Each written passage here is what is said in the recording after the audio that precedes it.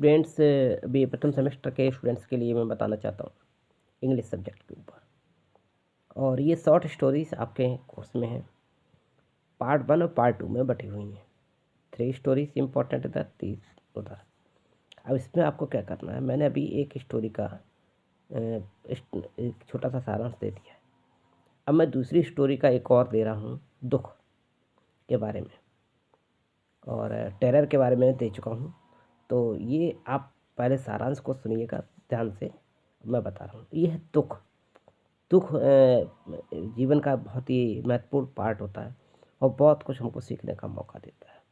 और एक ये स्लेट ड्राइवर जो है इयोना पोटापो का वर्णन है इसमें, और वो इस कहानी के नायक भी हैं। तो यहाँ पर पता चल जाएगा कि इसका पूरी कहानी का भाव तो दुखद है, लेकिन आखिर में आकर के उसको क्या कुछ महसूस सुखद होता भी है या नहीं, ये आप समझने की कोशिश कीजिएगा। यहाँ पर इस नायक के बेटे की 1 हफ्ते पहले ही मृत्यु होती है और वो उस गम में दुखी है। और वो दुख जो अंदर भरा हुआ है, आप देखते हो किसी के अंदर कोई दुख होता है तो क्या आप इस प्रकृति में यही चाहते हैं कि जब उस दुख का सॉल्यूशन मिले हमको। तो कुछ दुख ऐसे होते हैं वो वही वापस मिले तब खुशी मिलती है। और जब कोई ये महसूस कर लेता है, हृदय या दिल, आत्मा ये महसूस करती है कि अब ये नहीं मिलेगा, तो फिर उसके बदले में उसका उपचार चाहती है। अगर उपचार भी नहीं मिलता तो बड़ी तकलीफ होती जाती है। तो ये जो स्टोरी है इसी को शो करता है। ये भावनाओं का खेल है। और सर्दियों की ठंडी शाम, और उसकी पत्नी नहीं है, पहले ही मर चुकी है। और कोई चाहता है, वो चाहता है कि कोई ऐसा मिले जो उसके इस दर्द को सह सके, वो अंदर से जो गुबार निकल रहे हैं वो उसको निकाल सके। और ऐसा कोई नहीं मिल रहा है किसी को। कभी कोई ढूंढता है तो कोई ढूंढता है, लेकिन वो उसके दुख को कोई साझा नहीं कर रहा है, तो उसे हताशा महसूस हो रही है। तो वो सोचता है, मैं अपना दुख किससे कहूँ। जीवन में बहुत सारे लोग आपने देखे होंगे, बहुत सारे लोगों को कोई सच्चा साथी सोचते हैं कि ये हंसने वाला ना हो, सच्चा व्यक्ति मिले, मेरी बात को, दुख को सुने, समझे और दुख से दुख को सहयोग करें। जैसे जैसे ये कहानी आगे बढ़ेगी आप देखेंगे कि दैनिक संघर्ष उसके हो रहे हैं, तब भी वो उसे अकेलापन सा महसूस हो रहा है। अकेलापन भी एक बहुत बड़ा दुख होता है। तो योना अपने दुख को निरंतर किसी न किसी के साथ साझा करने का प्रयास करता रहता है, लेकिन आखिर में वो ये पाता है उसको उसकी कोई भी परवाह नहीं कर रहा है। तो वो हर व्यक्ति, ये देखें आज के ज़माने में भी आप देखते हो, हर व्यक्ति अपनी छोटी सी दुनिया में व्यस्त। दुनिया तो बहुत बड़ी है, ब्रह्मांड बहुत बड़ा है, लेकिन हर कोई अपने में ही मस्त है और वो अपने में फंसा हुआ है। और वो इस अजनबी की किसी को चिंता नहीं। इस अजनबी की कोई चिंता जो करेगा तो ये समझने वाली बात है। तो इस प्रकार से लोगों की वो अज्ञानताओं को इस प्रकार से देखता है कि वो अजनबी के लिए किसी के पास कोई समय नहीं।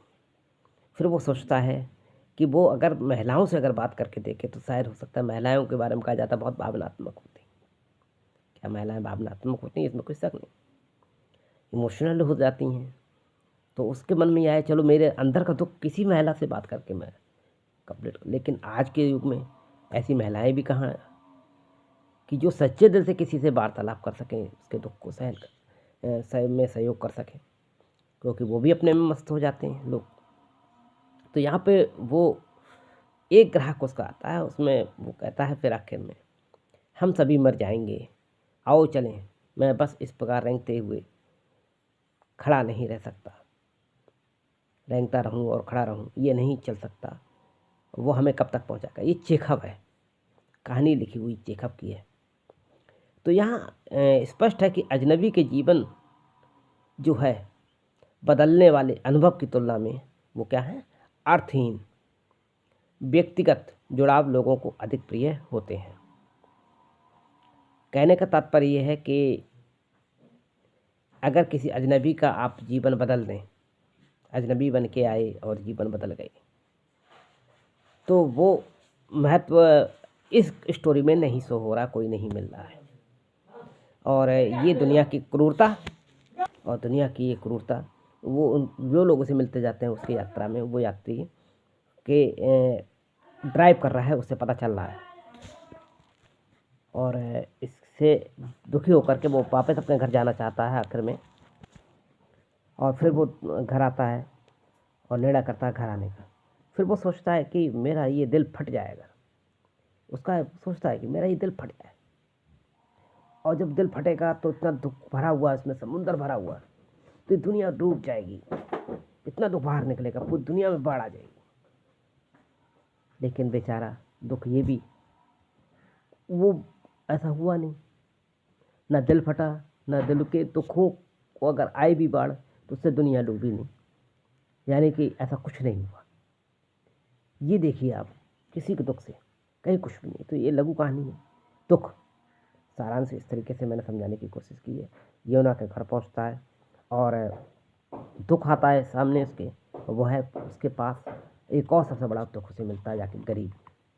और गरीबी क्या है कि वो अपने घर में जब पहुंचता है तो जहाँ पर वो चूल्हे पे सोचता कुछ खा पी लिया जाए, देखा जाके तो वहाँ भी इतना गंदा पड़ा हुआ, कोई देखने वाले नहीं किसी का, कोई जब कोई किसी का नहीं होता तब ऐसी स्थिति, चूल्हा भी वहाँ से बदबू आ रही है। और ये एक प्रतीकात्मक कहानी है और उसने अपनी पूरी ज़िंदगी में देख लिया कि उसे कोई दूसरा ऐसा नहीं मिल रहा है कि वो उसके दुख की परवाह करे और उसके बारे में सोच सके, उसके ज़िंदगी के बारे में भी किसी के पास समय हो। तब एक सुखद घड़ी आती है, वो सोचता है कि क्यों ना मैं किसी जानवर के साथ में ही अपना दुख व्यतीत कर लूँ।